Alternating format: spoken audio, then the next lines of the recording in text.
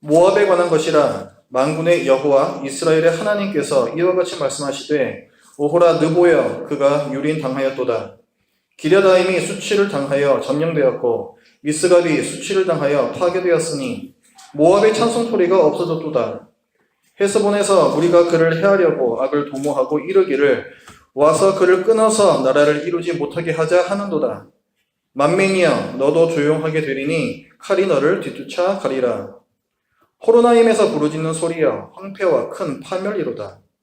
모압이 멸망을 당하여 그 어린이들의 부르짖음이 들리는도다. 그들이 루깃 언덕으로 올라가면서 울고 호로나임 내리막길에서 파멸의 고통스러운 울부짖음을 듣는도다. 도망하여 내 생명을 구원하여 광야의 노간주 나무같이 될지어다. 네가 내 업적과 보물을 의뢰함으로 너도 정복을 당할 것이요 그모스는 그의 제사장들과 고관들과 함께 포로되어 갈 것이라. 파멸하는 자가 각 성읍에 이를 것인즉 한 성읍도 면하지 못할 것이며 골짜기가 멸망당하였으며 평지는 파멸되어 여호와의 말씀과 같으리로다. 모압의 날개를 주어 나라 피하게 하라. 그 성읍들이 황폐하여 거기에 사는 자가 없으리로다. 여호와의 일을 게을리 하는 자는 저주를 받을 것이요 자기 칼을 금하여 피를 흘리지 아니하는 자도 저주를 받을 것이로다. 아멘. 제가 초등학생 때 아버지께서 근무하시는 회사에 놀러 간 적이 있었습니다. 넓은 사무실에 많은 책상들이 있었고요. 그 광경이 참 제게는 신기해 보였습니다. 늘 집에서 보는 아버지였는데 또 그곳에서는 양복을 멋지게 차려입으시고 근무하시는 그 아버지의 모습을 볼 때 참 멋져 보였고 참 늠름해 보였고 그랬던 기억이 있습니다. 어떤 사람이 나에게 어떤 모습으로 자주 보이느냐 하는 어떤 이미지가 있죠. 근데 그 이미지라는 것은 사실 완전하지 않을 때가 많습니다. 내가 지금까지 알지 못했던, 사실은 내가 보지 못했던 그런 면이 누구에게나 다 있는 것이죠. 우리가 사람에게서 뿐만이 아니라 사실 하나님에 대해서도 종종 그런 오해를 할 때가 있습니다. 우리가 예레미야서를 지금 보고 있는데 여기를 이 예레미야서를 포함한 이 구약 성경을 보면요. 대개의 경우에 하나님께서는 이스라엘에게 말씀을 하시고 또 이스라엘을 인도하시는 하나님으로 나타납니다. 그리고 이방 민족에 대해서는 그들을 진멸하라, 그들을 멀리하라 이런 식으로 계속 말씀을 하시죠. 그래서 우리는 구약 시대의 하나님은 이방 민족을 사랑하지는 않으시는가 보다. 이 구약 시대의 하나님은 그냥 이스라엘만의 하나님인가 보다. 이렇게 생각할 수가 있어요. 배타적인 하나님이라는 거죠.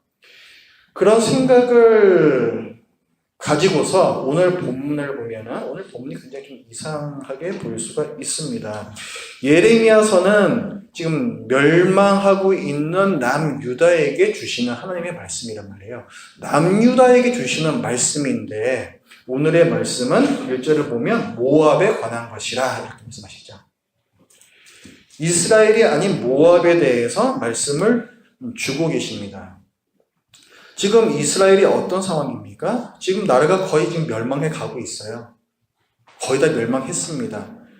정말 다른 그 누구의 일도 돌아볼 경황이 없는 그런 긴박한 상황 가운데 있습니다. 근데 그런 가운데에서 모압에 대한 말씀을 주고 계세요. 여러분들이 굉장히 힘든 일을 당하고 있을 경우에 그때의 이웃의 일들이 사실은 잘 눈에도 귀에도 들어오지 않죠.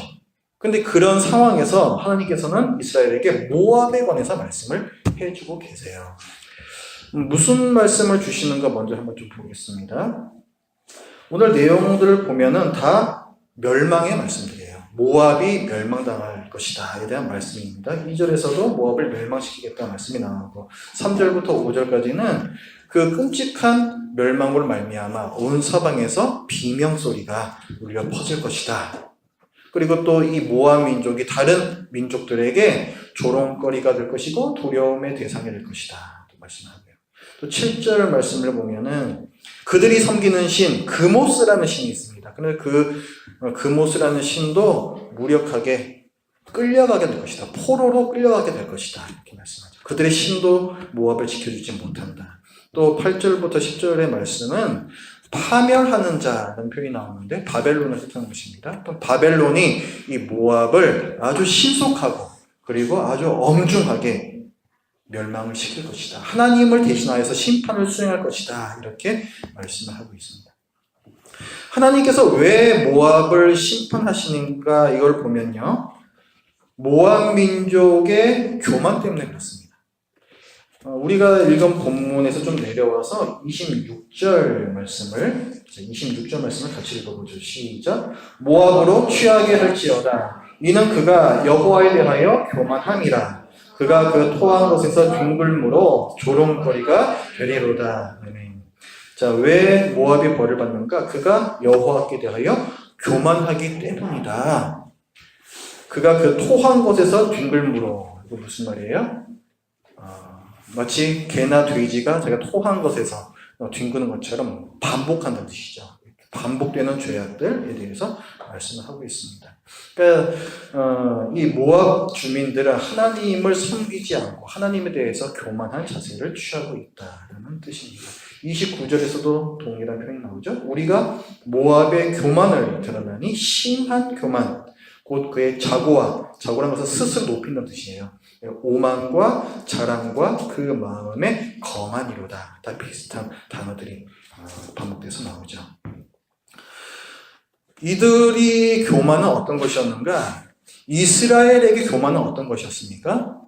우리가 지난주에 봤었죠. 이스라엘에게 있어서의 교만함이라는 것은 오만함이었고 그것은 하나님을 하나님으로서 섬기지 않는 것이었습니다.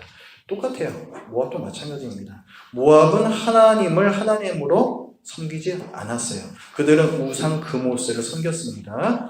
그리고 또 이들은 27절 말씀을 보면은 네가 이스라엘을 조롱하지 아니하였느냐 이렇게 나오죠. 모압 민족은 이스라엘을 또 조롱했습니다. 이건 무슨 말이냐면 이스라엘이 지금 바벨론에게 계속해서 공격을 받으면서 어려움을 당하고 있잖아요. 그런 이스라엘을 보면서 비웃었다는 뜻입니다. 그리고 하나님의 백성이라는 것들이 저 모양이구나 이렇게 비웃었다는 뜻이에요. 이스라엘을 조롱한다라는 것은 무슨 의미가 되겠습니까? 어이구 하나님의 백성이라는 게 저 모양이구나. 누구를 또 비우는 게 되겠어요? 하나님을 비우는 게 되는 거죠. 그러니까 하나님을 조롱하는 것입니다. 그러니까 이런 모든 것이 하나님을 우습게 여기는 모압의 교만인 것이고 하나님께서는 그 죄를 물어서 심판을 하시겠다는 거예요. 그래서 실제로 남유다가 망하고 몇 년 지나지 않아서 이 모압도 바벨론에게 멸망을 당합니다. 하나님께서 모압을 심판하신다라고 오늘 본문에서 말씀하는데 이 모압에 대한 심판은 사실은 모압뿐만이 아니라 다른 많은 나라들을 심판하는 중에 일부일 뿐이에요.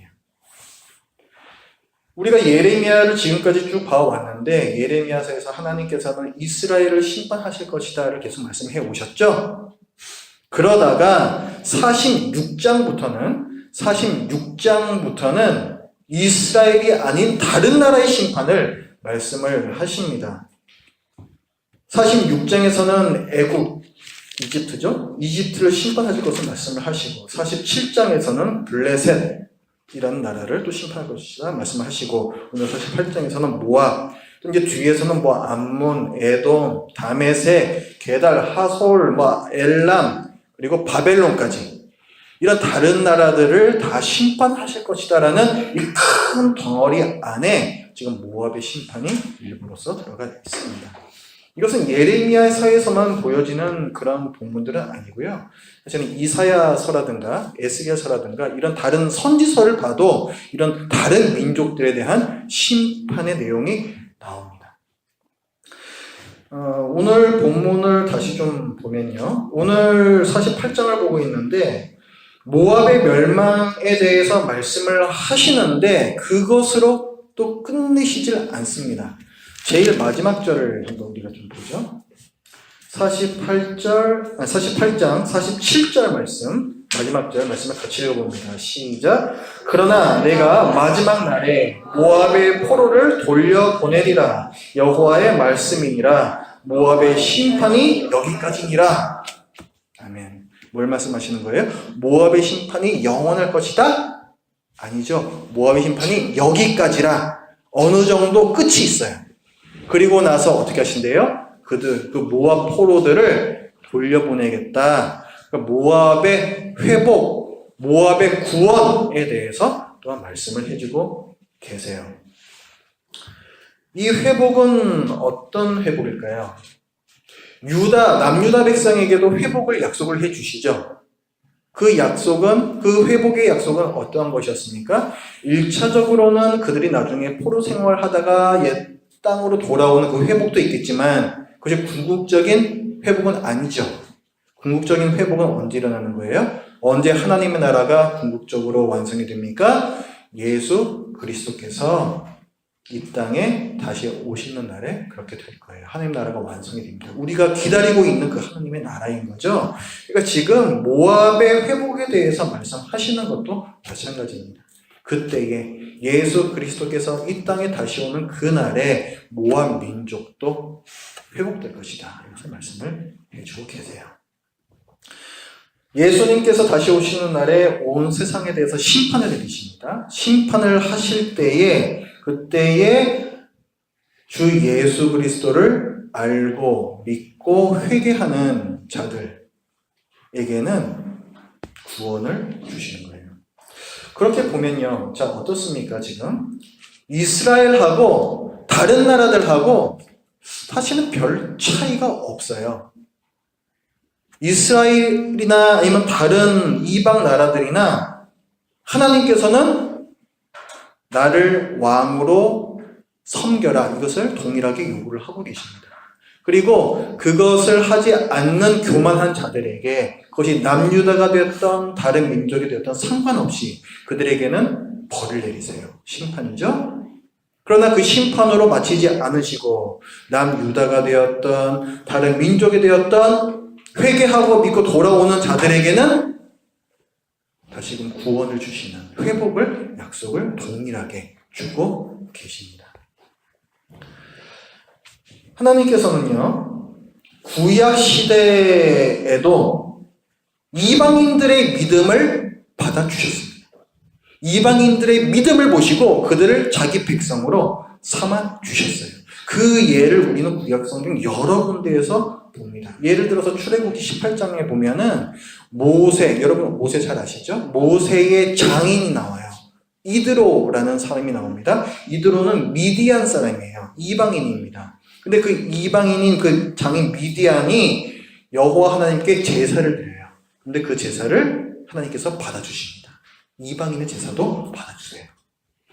또 룻기에 나오는 주인공 룻을 보면요, 이 룻은 다윗의 증조 할머니거든요. 증조 할머니. 근데 이 룻이 본래 출신이 어디입니까? 모압이에요. 모압. 우리가 지금 이 48장에서 지금 모압의 멸망에 대해서 지금 보고 있잖아요. 이 모압 출신 여인이 룻입니다. 그러니까 이 룻이라는 사람은 본래 모압 여인이었는데 자기 시어머니 나오미의 신앙을 보고 자기도 믿음이 생겼어요. 그 여호와 신앙을 가지고 이 이스라엘 땅으로 돌아오게 되거든요. 그것을 통해서 하나님께서는 그 믿음을 받으시고 룻을 통해 다윗 왕의 계보를 잇게 하시는 거죠. 하나님 백성의 편입을 시켜주시는 거예요.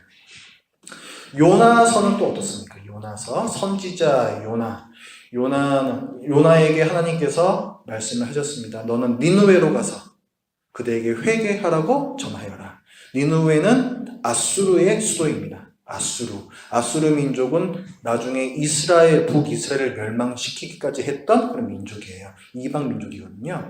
근데 하나님께서는 그 아수르에게까지 가서 회개할 것을, 하나님을 믿을 것을 전하라고 그렇게 사명을 주십니다.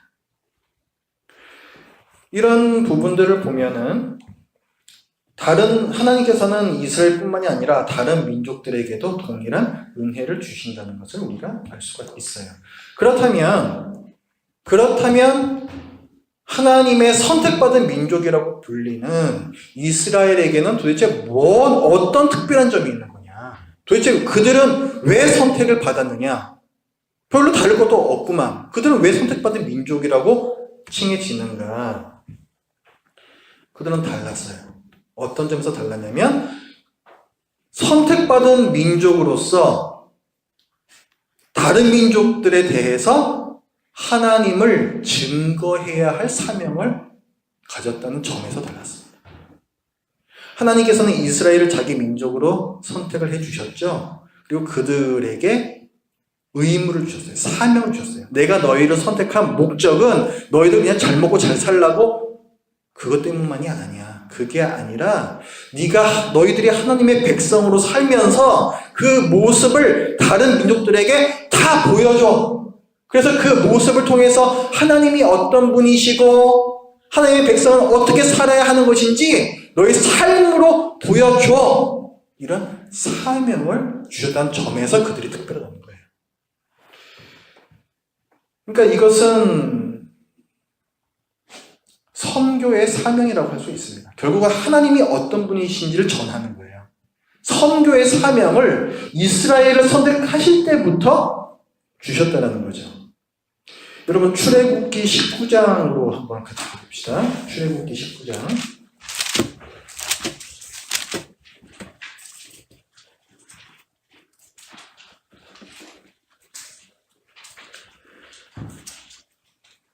출애굽기 19장 4절부터 말씀을 같이 볼게요. 4절부터.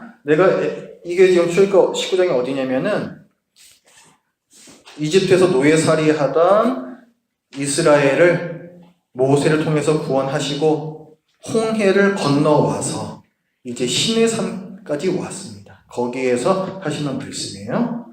4절부터 봅니다. 내가 애굽 사람에게 어떻게 행하였음과 내가 어떻게 독수리 날개로 너희를 업어 내게로 인도하였음을 너희가 보았느니라. 하나님께서 이스라엘 백성을 구원하셨다. 내가 너희를 구원했다. 이렇게 말씀하고 계시죠. 그들은 선택받은 민족이라는 거죠. 5절에서 세계가 다 내게 속하였나니. 자, 이스라엘 너희가 내게 속하였나니 말씀하시지 않죠? 세계가 다 내게 속하였나니 너희가 내 말을 잘 듣고 내 언약을 지키면 너희는 모든 민족 중에서 내 소유가 되겠고 모든 이 세상이 다 하나님 것이지만 그 중에서도 이스라엘을 하나님께서 선택을 하시겠다는 거예요. 그 다음에 뭐라고 말씀합니까? 너희가 내게 대하여 제사장 나라가 되며 거룩한 백성이 되리라 말씀하죠. 제사장이라는 것은 하나님과 사람 사이를 화목하게 하는 일을 하는 직분을 가진 사람이에요. 제사를 드리는 게 왜 드리는 거예요? 죄 때문에 하나님과 등돌렸던 그 깨어진 관계를 제사를 통해서 짐승의 죽음을 통해서 그 죄를 속하게 하고 그래서 하나님과 사람 사이의 관계를 다시금 부드럽게 만들어주는 거 그게 제사장의 역할이잖아요. 이스라엘에게 그 역할을 주시는 거예요. 그러면 하나님과 누구 사이에서? 이 세상 사이에서 하나님과 다른 나라들 사이에서 그 역할을 하라는 거예요. 이 얘기는 뭐가 되냐면은 다른 민족들에게 하나님을 보여주라는 거예요. 선교의 사명입니다.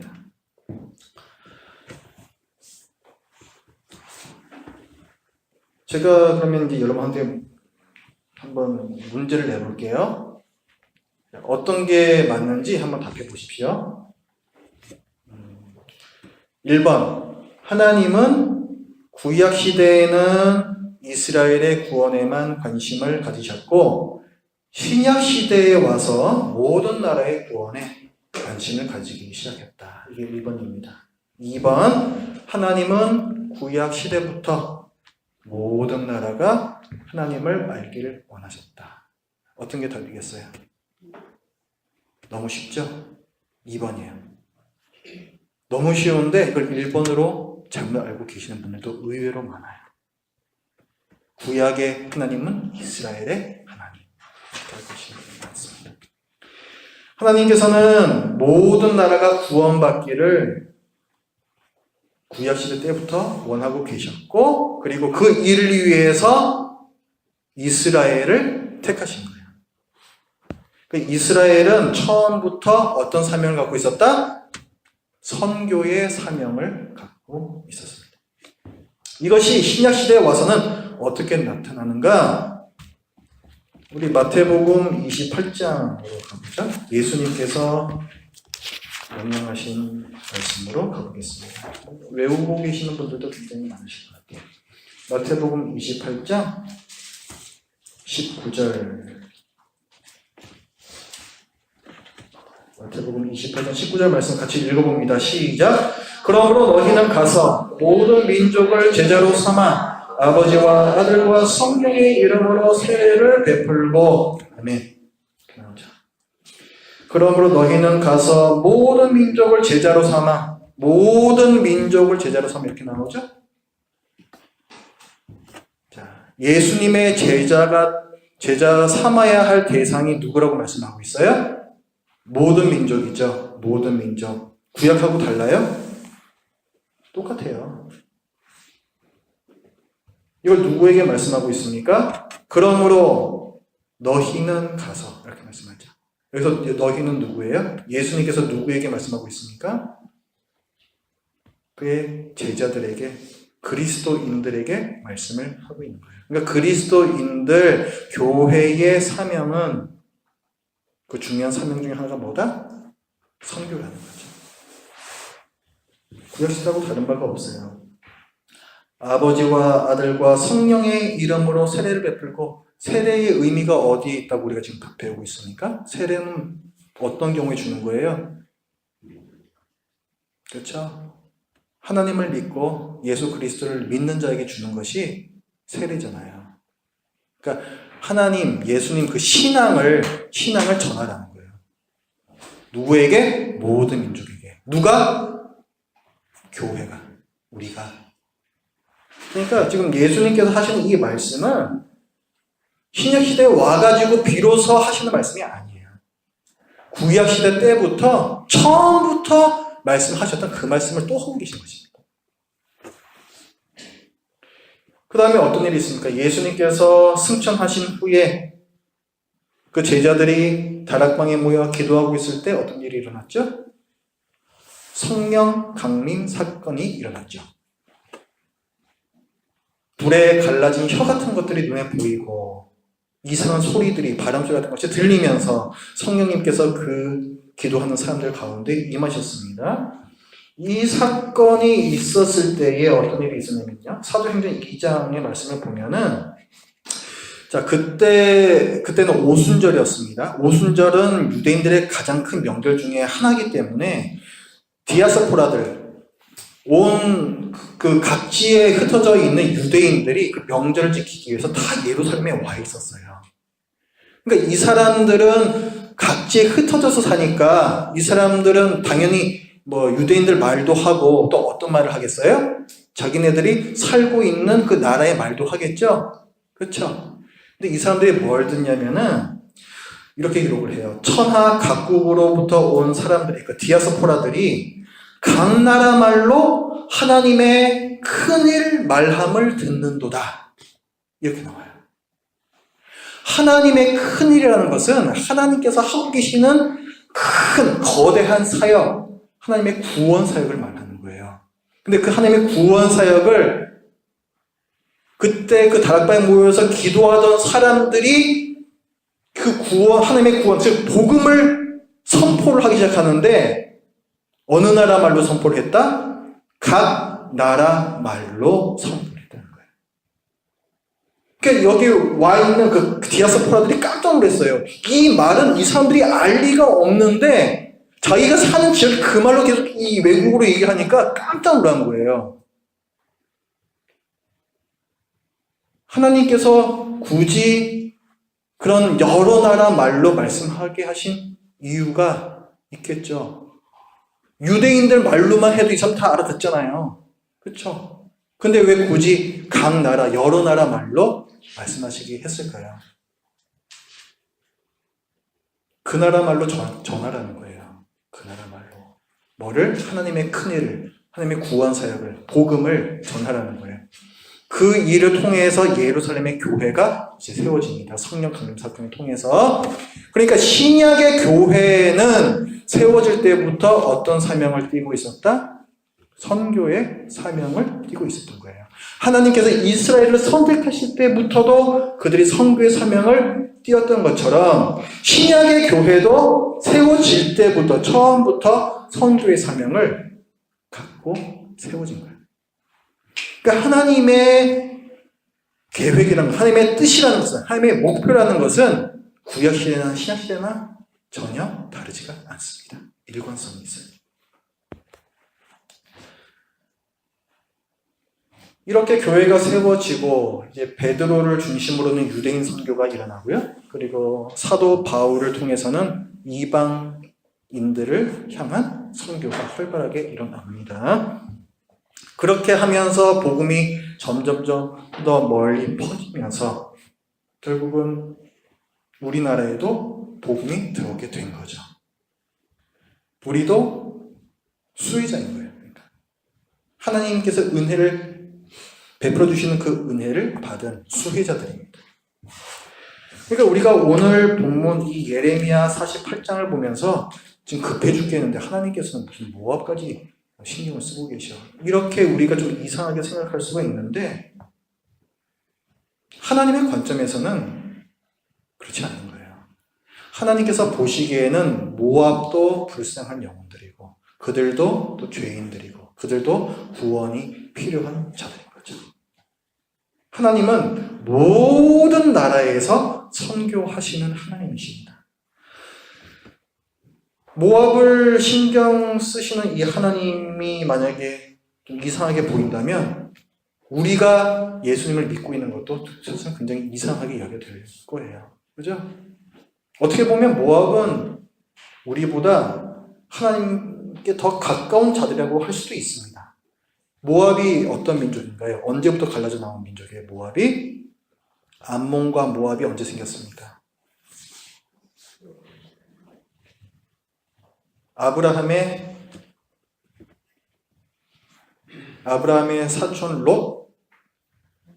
롯의 딸들이 있었죠? 근데 그 근친상 사실은 굉장히 불미스러운 일이죠. 그 일을 통해서 두 민족이 생겨납니다. 그들이 암몬과 모압이잖아요. 그러니까 이 모압이라는 것은 아브람하고도 사실은 가까워요. 아브람의 사촌. 아브람하고 그러니까 롯하고는 한 핏줄이라고 할 수 있으니까.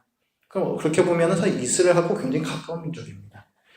우리는 어때요? 우리 한민족은 그보다 훨씬 더 거슬러 가서 훨씬 더 이전에 흩어지기 시작하는 데서 파생된 민족이에요.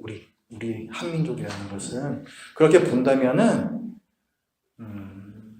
우리는 이 모압에 비하면은 훨씬 이스라엘과 먼 친척 관계에 있는 그런 사람들이에요.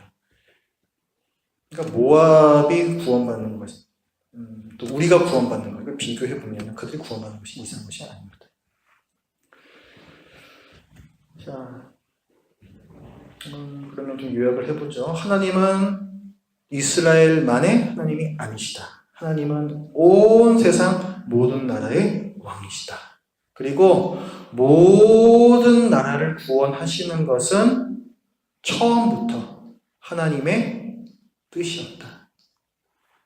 그리고 하나님께서는 하나님의 백성에게 구약의 하나님의 백성은 이스라엘 할 수가 있고 신약의 하나님의 백성은 교회라고 할 수가 있죠. 동일한 사명을 주셨어요. 어떤 사명? 선교의 사명을 주셨습니다. 그래서 오늘날 교회의 가장 중요한 사명들 중에 하나 역시 선교입니다. 그렇기 때문에 우리 교회는 지금 상황이 이러이러하니 라는 이유로 선교를 할 수도 있고 안 할 수도 있고 그렇지 않습니까? 라는 질문은 무의미한 질문이에요. 잘못된 질문입니다. 그것은. 교회가 세워질 때부터 하나님께서 주셨던 가장 중요한 사명 중에 하나가 이 선교이기 때문에 어떻게든 힘이 닿는 대로 혹은 또 힘의 분에 넘치는 대로 우리는 선교를 해야만 합니다. 지금도 선교는 계속 되어야만 하고 선교는 교회의 중요한 사명이에요. 선교사님들도 그런 인식을 잘 가져야 됩니다. 선교사들은 교회에서 파송한 일꾼들이에요. 어떤 선교사님들은 보면은 교회와 관계없이 독재적으로 사역하시는 분들이 있습니다. 하나님께서는 그렇게 선교하지 않으셨어요. 하나님께서는 바울과 바나바를 세우실 때에도 그 교회에 명하셔서 세우도록 하셨습니다. 선교사는 항상 교회가 파송을 하는 거예요. 그렇기 때문에 교회와 관계없이 나는 하나님과만 소통하면서 선교를 하겠다라고 하시는 분이 있다면 그분은 다시 생각하셔야 돼요. 그것은 성경적이지 않습니다. 거꾸로요. 선교사를 교회가 파송하는 것이다 라는 의식이 없으면 그럼 교회는 굉장히 소극적이 되기가 쉽습니다. 선교는 선교사가 하는 것이고 교회는 재정적인 지원만 하면 된다. 이렇게 생각을 하게 되는 것이죠. 그것 역시 잘못된 생각이에요. 선교사는 교회가 파송한 것이다 라는 그 의식을 잊어버린 것입니다. 선교사는 예수님을 머리로 하는 몸이 있잖아요. 그것을 우리는 교회라고 부르잖아요. 그 교회의 손가락이라고 보면 돼요. 손가락이라고. 정말 그 최전선에서 직접적인 일을 수행하는 그런 분이라고 생각하면 됩니다. 뭐의 일부로서? 교회의 일부로서. 그래서 선교사가 됐든 아니면 교회가 됐든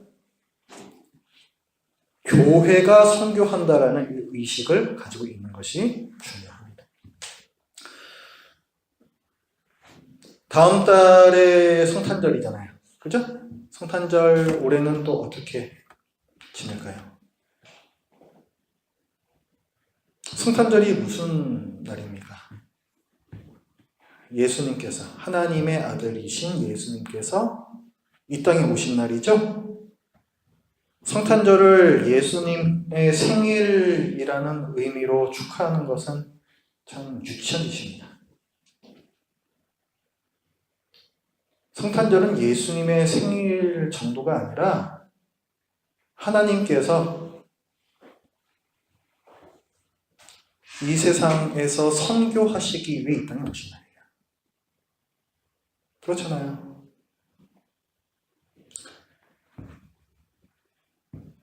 우리가 올해 성탄절을 한번 그런 의미에서 그려보는 것도 좀 의미가 있겠다 하는 생각을 좀 해봤습니다. 여러분들은 선교사님들에 대해서 우리는 뭐 파송 선교사는 없지만 또 협력하고 계신 선교사님들이 여러 분 계시잖아요. 그분들이 어떤 삶을 살고 있는지 자세히 알고 계십니까?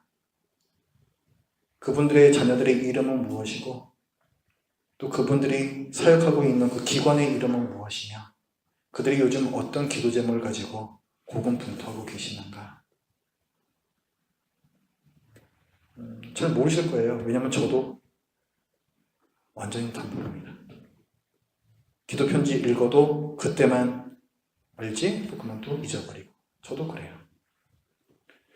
우리가 그분들의 상황을 알아야 그분들을 위해서 기도할 수 있고 그분들을 도울 수가 있습니다. 경제적으로 후원해 주는 거 이건 사실 제일 쉬운 거죠.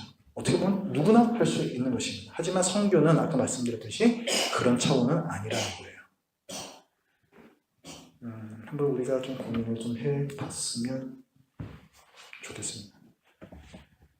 단톡방에다가 제가 올릴게요. 뭐 꼭 선교가 주제가 아니라도 괜찮습니다. 올해 또 성탄절을 우리가 어떻게 보낼까 우리가 또 한번 의견을 좀 모아봤으면 좋겠어요. 작년에도 나름 또 의미 있는 시간이었다고 저는 생각을 합니다. 그래서 또 고민해 보시고 또 저희들이 함께 또 의견을 내서 또 뜻을 모아봤으면 좋겠습니다.